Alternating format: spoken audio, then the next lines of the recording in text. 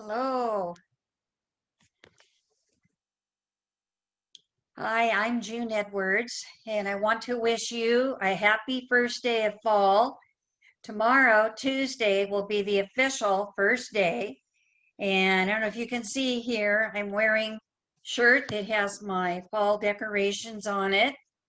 And behind me are some of my collection. I have what have I got here? I've got my little scarecrows. I've got some hats for Halloween, getting ready to celebrate all of that. I kind of do a mix between Halloween and got a little ghosty that's smiling and happy. I try to keep it somewhat happy for my younger grandkids. I don't want them to have bad dreams or bad feelings about the holiday. I've got pumpkins and I've got my salt and pepper shakers that I love to put out this time of year. When I pull all this stuff out of the boxes, it's like I'm getting it for the first time. And I really do enjoy the fall. The grandkids spent the night and they were feeling bad because I told them that summer was ending and we were getting ready to go to a new season. And they were kind of sad to see summer go. But I told them, it's okay because each season has its own special flavor to it. And now we can have pumpkin flavored drinks, coffees and teas and pumpkin pie with whipped cream. And I said, and besides, when you come visit Nana, you'll be able to have hot chocolate in the morning because the mornings will start getting cooler, even though they're still very, very warm right now. So I wanted to be one of the first to wish you a happy autumn. I hope it will be happy for you. It's been an unusual year, but we're not going to let that stop us. So I'm looking now at the calendar. I think I had left off with September 17th, which is known as Citizenship Day, to celebrate all of us who are legal citizens and belong to this great United States of America. It is also National Apple Dumpling Day. And I think about all the different ways you can use the many, many different varieties of apples. And you're going to see a change in some of your meals at your facility. They're probably going to bring out apple cider one of these days and the pumpkin pie with a dollop of whipped cream on the top of it. And you'll see carrot cake and lots of things. Squash will come back. Also, the 17th is Constitution Day. And I know down at one of the missions, San Juan Capistrano, some of the original people who can trace their heritage back to the original Indians who lived in that area have the privilege of ringing the bells at the mission. It's the most gorgeous sight. Oh, it's just gorgeous. And we think about the fact that the San Juan Capistrano mission was founded in 1776 on the West Coast, while at the same time our Constitution was being written in 1776. 1787. Yeah, the Declaration of Independence was 1776. And the Constitution they began to write after the war was fought, bitterly fought, and won, and that was in 1787. Going then on to September 18th, in the year 1851, the New York Times newspaper was first published. And now today, newspapers are not as big a deal as they were even 100 years ago, because we have so many other ways of getting our news, through internet, through our smartphones, through our televisions, through our radios, through blogs, all these different ways that we can do that. September 19th, this is an odd one. I don't know how they get these passed. It is International Talk Like a Pirate Day. And I was wondering why, whenever you buy a Halloween costume of a pirate for one of your kids, do they always include the eye patch? And I recently found out it's not because so many of them lost an eye in some kind of fight. No, the reason they wore the eye patch was a very practical reason. It was because night was coming on and they had to have one eye dark so that if they had to fight at night, when they took the patch off, their eye was already adjusted for night vision. Isn't that interesting? I had never heard that before. You never know what you're going to learn in a senior topics class. And I know you probably have things that you could add to it if you were here with me. Now, I'm really, really hoping the internet does not bump me off. I have a technician coming out to help me because I have a weak internet signal. And I know that this is one of the popular days for so many, many people, hundreds, thousands, millions being on the internet.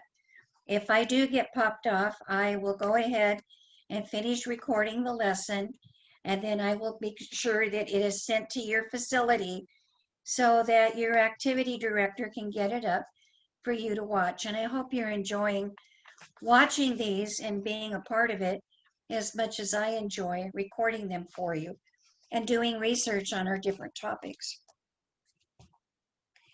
The poet John Keats wrote his famous poem, To Autumn. It was like a memorial to the beautiful season of autumn in 1819, almost 200 years ago, and it's still a lovely poem. The first railroad station opened up on the 20th of September back in the 1800s. Magellan on September 20 started his search for the Spice Islands in 1519. Also, the 20th is known as the Missing in Action and POW, Prisoner of War Recognition Day. And we still have prisoners of war that have not been brought back from Vietnam. Although I think recently we had some that were returned to us from North Korea as a goodwill gesture. On the 21st of September is Miniature Golf Day, and that is one sport that you can play indoors. Maybe you've already set up a miniature golf course, and it is celebrated on the 21st of this month, and other people like to celebrate it in the spring. It is also known as World Gratitude Day, and it's a day where instead of thinking of all the troubles that people are facing, and I know we hear all about it on the regular news station, we can think about something we're grateful for. Of course, we're grateful for family. We're grateful for a wonderful place to live and for our friends. And we're grateful for things like our ability to see and enjoy God's wonderful world and to hear the sounds of nature. Lots of things that we can be grateful for. Even a good cup of tea. Something else is that Nintendo. Now you think of Nintendo as a video game company, but actually the company Nintendo was founded in 1889, way before we had mass-produced computers. And what did they make in 1889? Give you just a minute just to kind of think about it. No, it wasn't board games. Does anybody still play board games? I like board games myself. I like Monopoly and Clue and Life.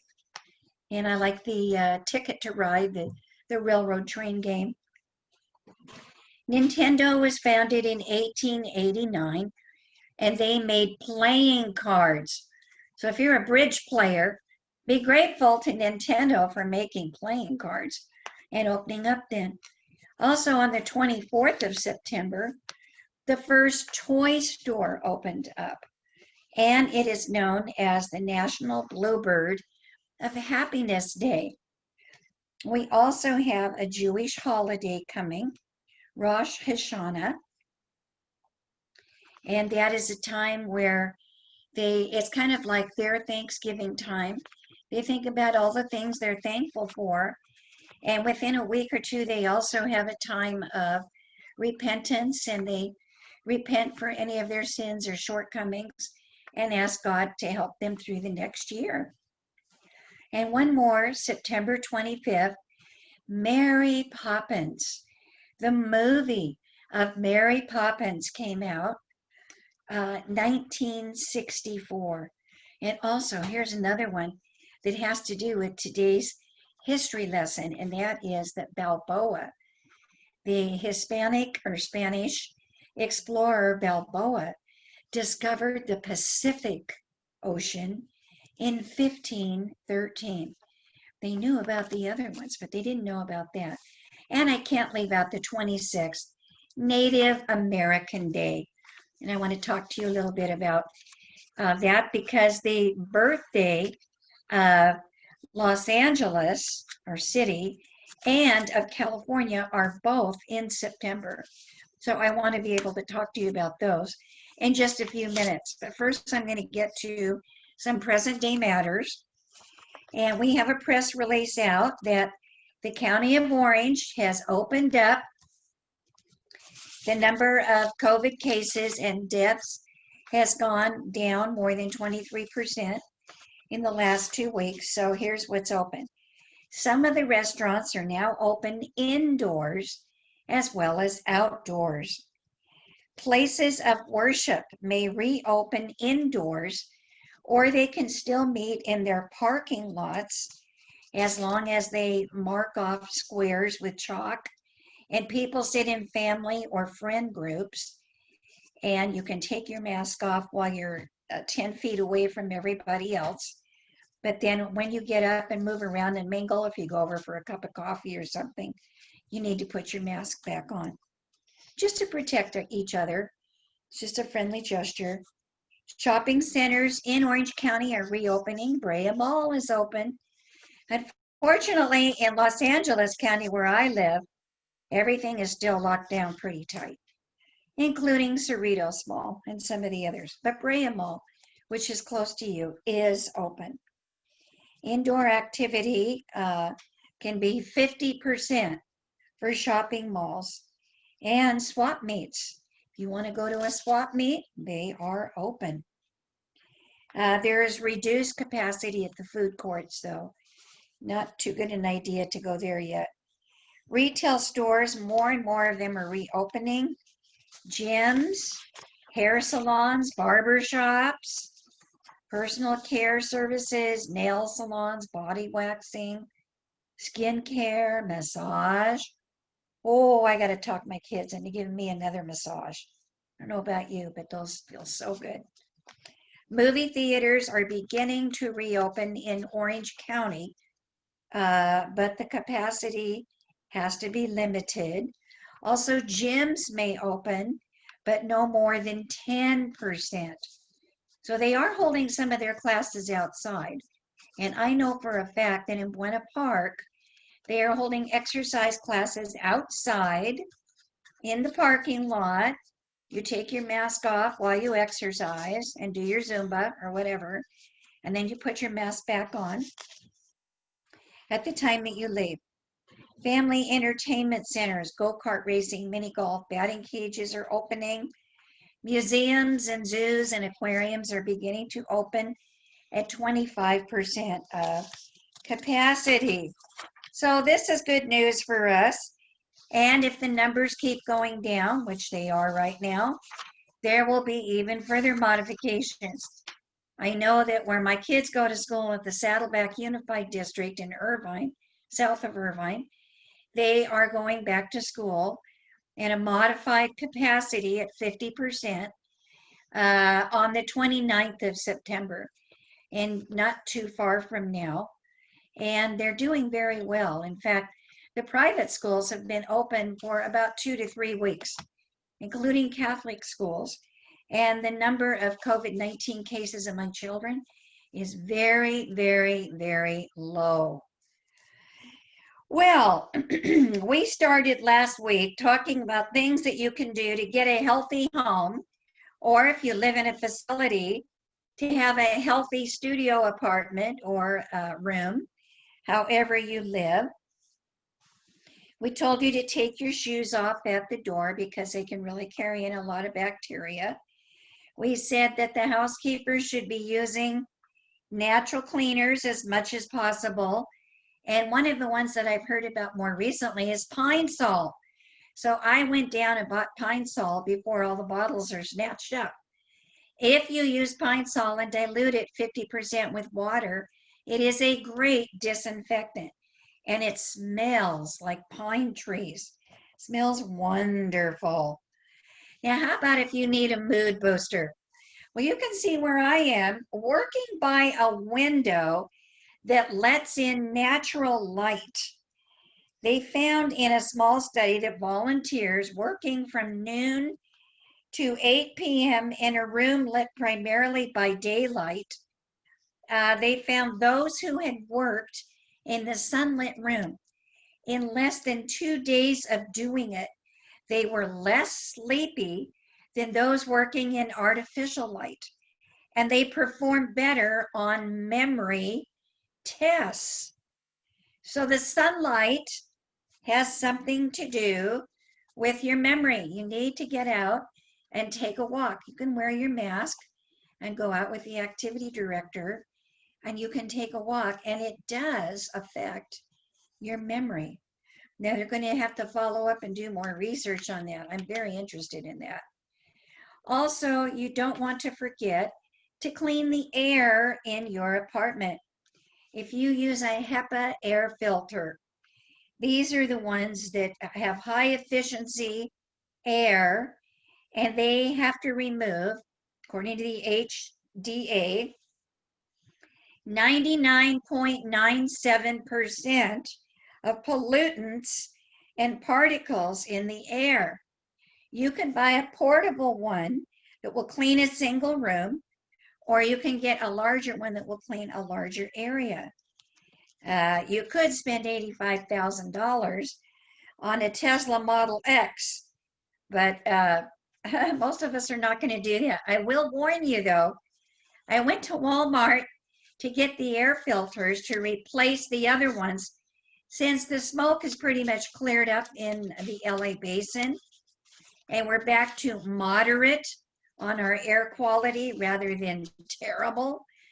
And they were almost sold out. I got one of the last ones. So everybody is using the air filters and doing well.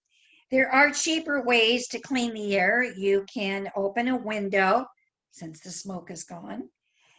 And indoor air can have 2 to 5 times more pollutants that can produce irritating, even hazardous chemicals.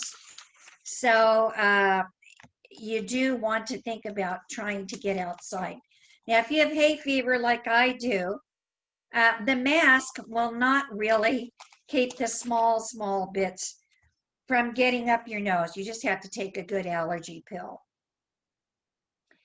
Now, speaking of salt, did you know that salt is a good cleaning agent? If you sprinkle some table salt and baking soda on a grimy counter and wipe it with a wet cloth, it is a really good way of disinfecting things. Also, you can use a teaspoonful of salt with some water or a little oil to clean a cast iron pan and to clean copper.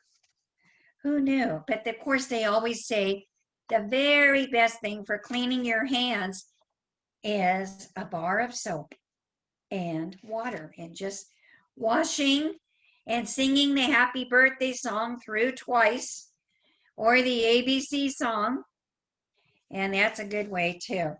You don't want to just do a quick job. No, you have to keep doing it and get the backs too, do all of it. Now, many viruses don't spread as well in moist air as they do in the cold, dry months. So one easy solution when winter comes, you're going to want to use a humidifier. They don't advise using a cool mist humidifier unless it is cleaned regularly. Old-fashioned steam humidifiers work best. You can put a tea kettle on and be under the steam, or get in the shower and use the hot water and just breathe in the steam. Okay, that's a really good way to do it.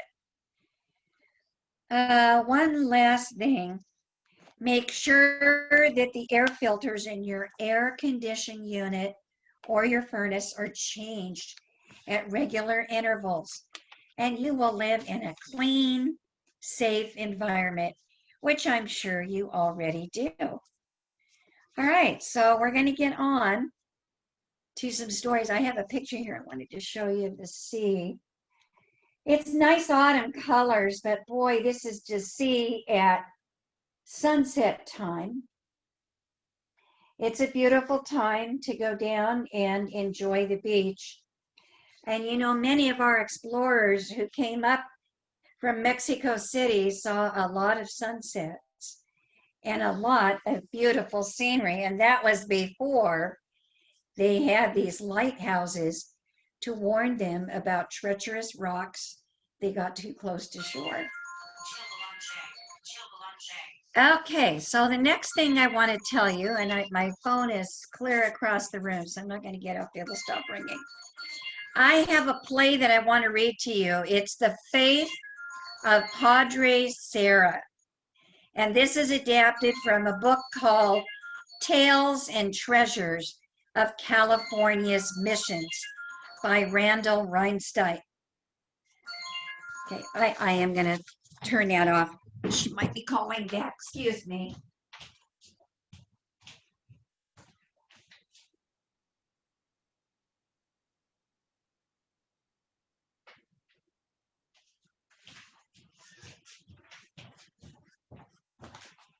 Sorry about that, folks. I really wasn't thinking I'd get a call this time of day, but you never know, do you? And thank you for turning your phones off so that as you're watching the production here, the class, that everyone gets a chance to weigh in. In 1770, 6 years before the signing of the Declaration of Independence, the place was Mission San Diego. That was the first Spanish settlement founded in present-day California. The Spanish had decided to move north from Mexico and establish new outposts. With them is Padre Junipero Serra. Sarah's fondest hope is to found a number of missions, and he wants to make friends with the native Californians, the Indians, and baptize them. Now, they call them Indians because they all thought that they were in parts of India. Here's a picture of California Indian that's been colored in. And I did want to tell you, I have some drawings. They're black and white, but I wanted to show you what the Indians looked like in our area. The Gabrielino Indians, you can see they didn't wear much. And they lived in communal huts together that were huge. There is a really good display of a Indian hut that is modeled after one of the original ones at the Heritage Park in Santa Fe Springs, if you ever get a chance to go see it. And also, most years in the fall, the Indians from as far away as Arizona and Nevada come to that park to have a powwow, and visitors are welcome to come and watch them. They have their meetings, they have dances, they sell different kinds of food for all these different tribes. It's really a fun experience to go to. Now, another type of Indian that lived more between LA and Santa Barbara was the Chumash, and the head of each village would be the richest man in the village. You can get an idea of the huts a little bit. Now his headpiece is somewhat different from what the other ones, and you can see what they ate: acorns, pine nuts, cherries, seeds, berries, deer, small game like small snakes or rabbits, fish, and waterfowl. And you can see this is who Father Junipero, or as they say, Junipero, Sarah would run into, and these are the people they wanted to convert. He wanted to make friends with the native Californians, the Indians, and baptize them, but Mission San Diego is in trouble. Many of the California Indians resented the Spanish invaders. They did not want to be told what to do. Some of the Spanish became sick because they picked up diseases and germs from the Indians, and all of them were very, very hungry. The leader of the expedition, Captain Gaspar de Portola, you remember the name Portola, summoned Padre Serra to his headquarters, and with him were 2 soldiers. "You sent for me, Captain?" Serra asked. Portola said, "Padre Serra, our situation is getting worse by the hour. I know how dearly you wish to go north and build your second mission near Monterey Bay. I know your deep desire is to reach the native people, but I fear the time is near when we cannot hold out any longer. These men can tell you." And here's what the soldiers said. "The soldiers are hungry, Padre, and many are sick. They're afraid of attacks by these Indians you love so much. They don't want to die, Padre, especially not here in this empty place. They want to return where men speak our language, where there's medicine for the sick, and good Spanish food." Sarah, "I know how the men suffer, but we are on a great mission. It is the king's work. It is God's work. Surely if we just wait a few more days, the supply ship will come." Portola, Captain Portola, "Ah, yes, the supply ship. The phantom supply ship, Padre. I am beginning to think there is no ship." Here's the soldiers. "Perhaps it is lost or shipwrecked. Perhaps it will come only in time to bury us all." Captain Portola, "You see how it is, Padre. As the leader of this expedition, I must be responsible for my soldiers. It is time we prepare to return to Mexico while we still can." Father Sierra, "No, Captain, if we lose faith now, the mission will fail. Then no one will dare to come here again. God's work will never be done." Soldiers, "If God wants us to do this work, then God should send us a ship or drop some bread and fresh water from the sky. That's what we need, Padre, a miracle." Father Sierra, "No, no miracle, only a little faith. I beg you, Captain, wait a few days more. Look, St. Joseph's Day is only 9 days away. That is a great and holy day. Wait until then, Captain. Surely we can hold out for 9 more days." Captain Portola, "You trouble me, Father. All this talk of duty and faith. Very well. You shall have your 9 days. But if the ship has not come by St. Joseph's Day, we return to Mexico." For 8 long days, the Spanish watched the ocean, anxiously looking for the welcome sight of a sail. While Sierra prayed and begged the men to be brave, Portola paced and worried. Every day the supplies ran lower, and the men grumbled more. At last, St. Joseph's Day dawned, but there was still no sign of the supply ship. Once again, Portola called for Padre Serra. "Well, Padre Serra, I have waited longer than I wish. Now St. Joseph's Day has arrived, but no ship. I have given orders to begin preparing for the return journey to Mexico." Sarah, "The day is young, Captain. The ship may still come." Portola, you are stubborn in your faith, Padre. I admire you for it. But I must make my decision on real things, not prayers. We need food and medicine. We need hope, Padre. We leave for Mexico tomorrow. Just then, excited voices are heard outside. At the lookout where the men have been watching the sea, soldiers are shouting. Soldiers 1 and 2, look, a sail! A sail! Portola and Sarah run to the lookout point. Captain Portola, a sail, you say? Where? There, Captain, in the mist. Sarah, I knew it would come. Portola, a sail it may be, but it's the sail of a phantom ship, a ghost ship. I can barely make it out of the fog. Bah! It's just a trick of the light. Soldier 2, no, Captain. The mist has closed around it, but we saw it clear as day. Well, nearly. It is the supply ship. Portola, then why does it not turn this way? Why does it disappear into the fog going north? Soldier 1, they might be lost. Oh, curse this fog. Soldier 2, look, it's vanished. Maybe it is a phantom ship after all. Father Sarah, Captain, it is no phantom. That is our ship. I know it. It has come on St. Joseph's Day. Portola, it has come and gone, Padre, and it has taken our supplies with it. Sarah, perhaps they are lost, Captain. Please wait a few days longer. They will find us.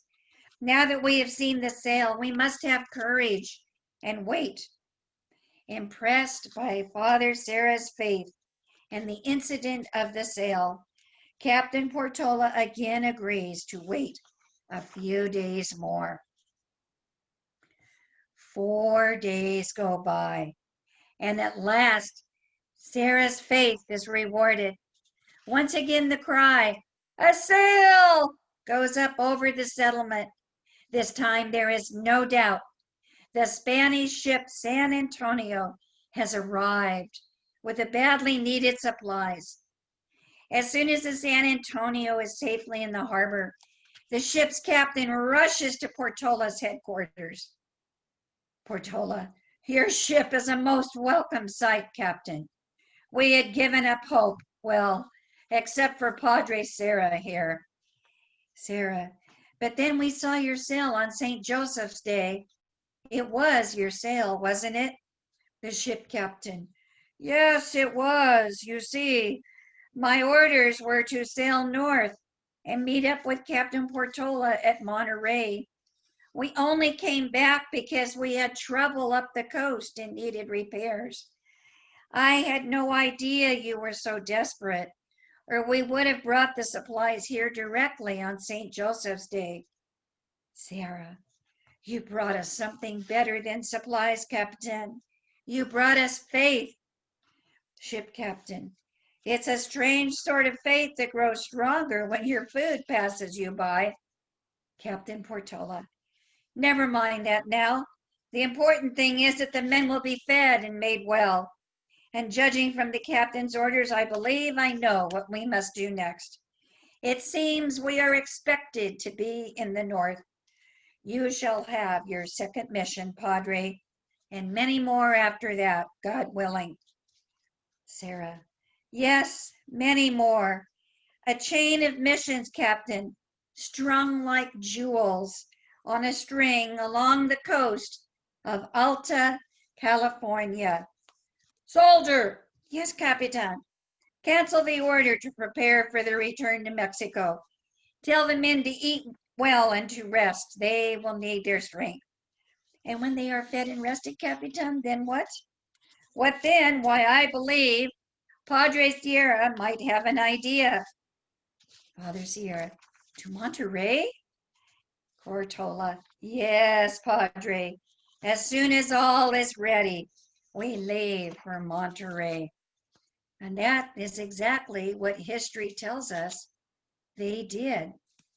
And California was founded on a series of miracles like that.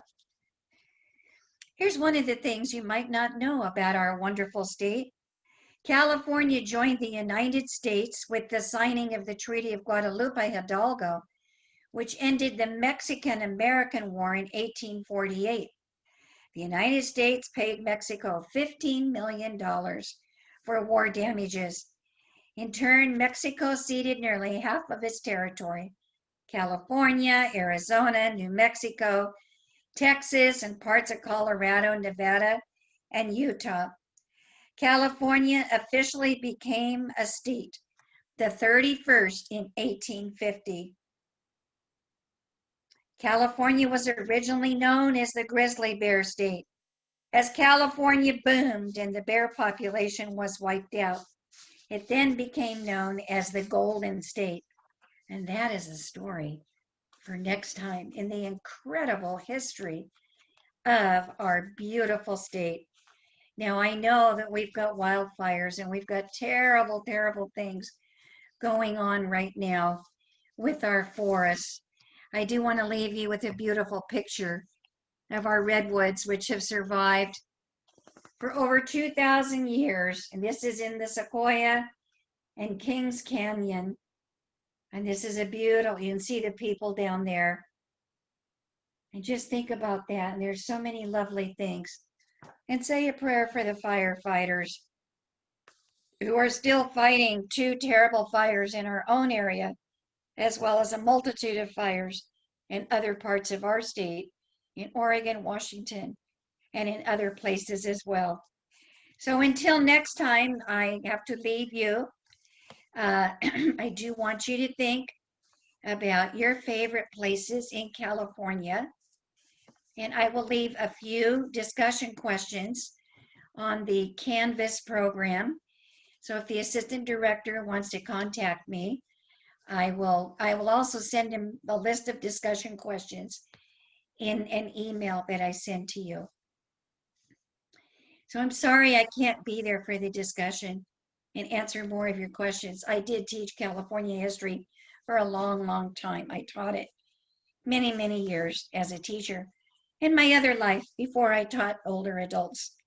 So I want to say goodbye. I miss you. I wish we could be together. I know we will be someday soon, I hope. Bye-bye, everybody. Take care and stay safe. And we love you all, and we'll see you next time.